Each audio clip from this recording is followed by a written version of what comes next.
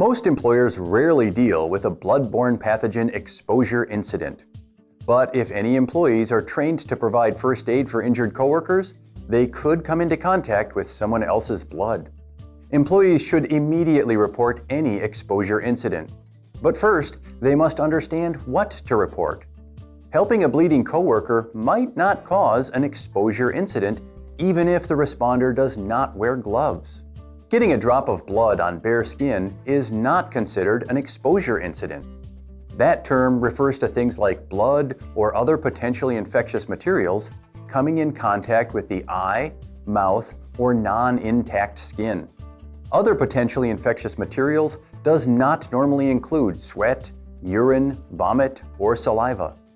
Also, the blood or material needs a route to cause infection.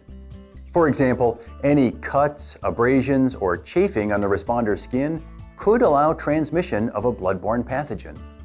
Also, if someone gets cut on broken glass and another worker cleaning up the glass also gets cut, that would be an exposure incident.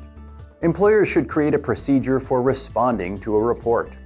Employers must make immediate, confidential medical evaluation and follow-up available at no cost to the worker. Employers must also investigate and find ways to prevent another incident from happening. Employers have many other obligations that OSHA outlines in the regulation. Documenting the steps to follow in advance will help you respond quickly and efficiently. Technically, OSHA only requires follow-up for workers with occupational exposure.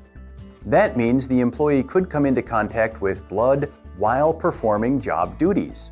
The key is not whether employees received first aid training, but whether their expected duties, like helping injured coworkers, create the potential for exposure.